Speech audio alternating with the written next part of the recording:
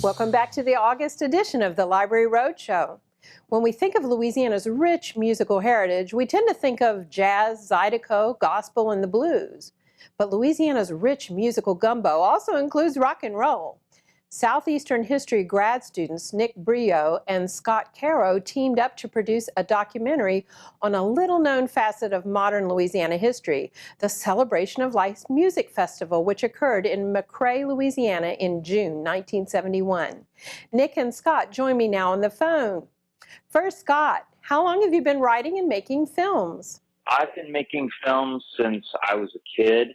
I got my first camera about age 11, and I produced films all through high school, but I didn't really get serious until right at the beginning of my undergraduate studies at Southeastern Louisiana University in Hammond.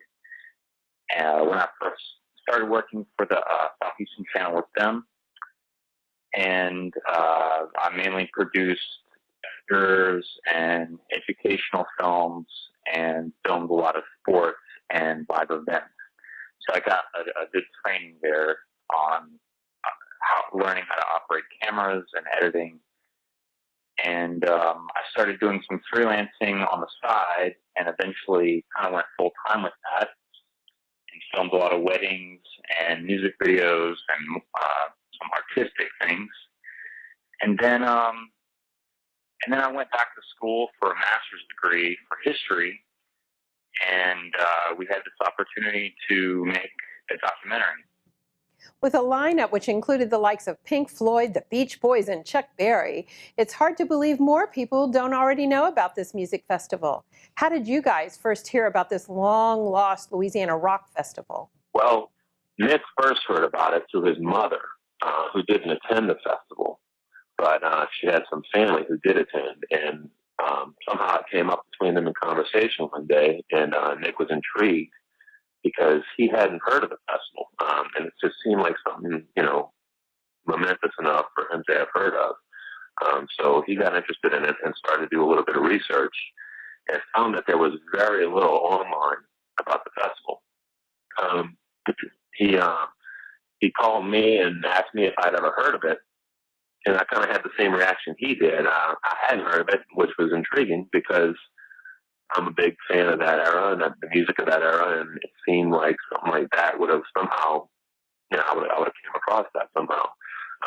So even before I realized I would be a part of the project, I was encouraging him to kind of do something with this. I thought it was a great topic for some sort of project, and it sort of, after a few conversations with Nick, it sort of evolved into he and I doing a documentary about it. So that's kind of how it all started. From there, we just, did as much research online as we could, which was very little. And we started just trying to contact, just trying to follow up on the few little leads we got from our online research. And that really got the ball rolling. We got in touch with one or two people who really kind of, kicked off the whole process of doing the interviews and making the film.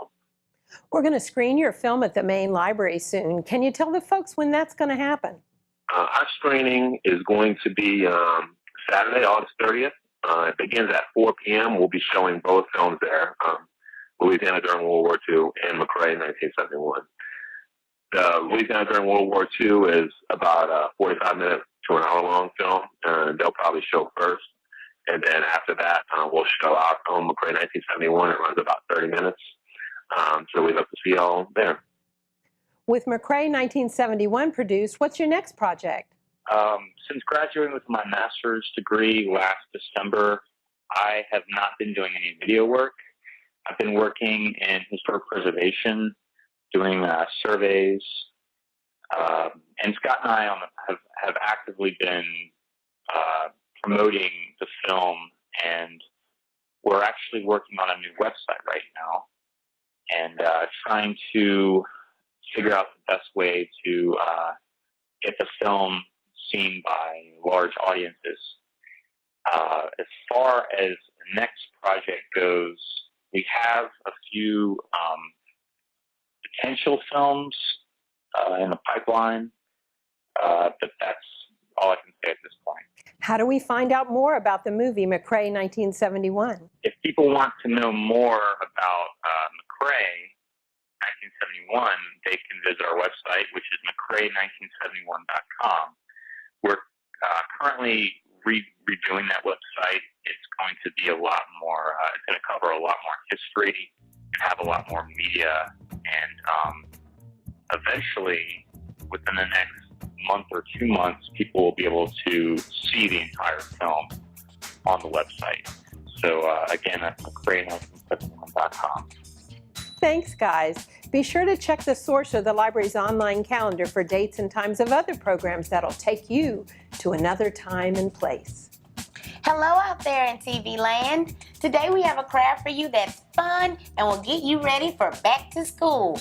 Bookworm pencil toppers. Let's wiggle to it, Tameka. Let's get our supplies. What you'll need for this craft, you'll need pencils, any color green, any color pipe cleaners. Today we use green, 10 millimeter wiggle eyes or smaller, and of course, tacky glue. How to make your bookworm pencil topper. Start by rolling one end of your little pipe cleaner stem into a ball. You're going to want to glue it so that it doesn't become uncurled. Starting towards the middle of your pipe cleaner and around the pencil, you want to wrap your pipe cleaner right around until you can reach the head. If you need to, you can glue the top of the pipe cleaner to the pencil. To finish, get our favorite craft item, googly eyes, glue them right on the head of your stem. And voila, you have a beautiful bookworm pencil toppers. And this craft ends happily ever after. Thanks, ladies. Great use of a pipe cleaner to get us ready to go back to school. I want you to make mine just like the Very Hungry Caterpillar. Coming up after the break, a spotlight of just a few of the events on the library's community calendar, and then page turners. Stay right there. You're watching the Library Roadshow.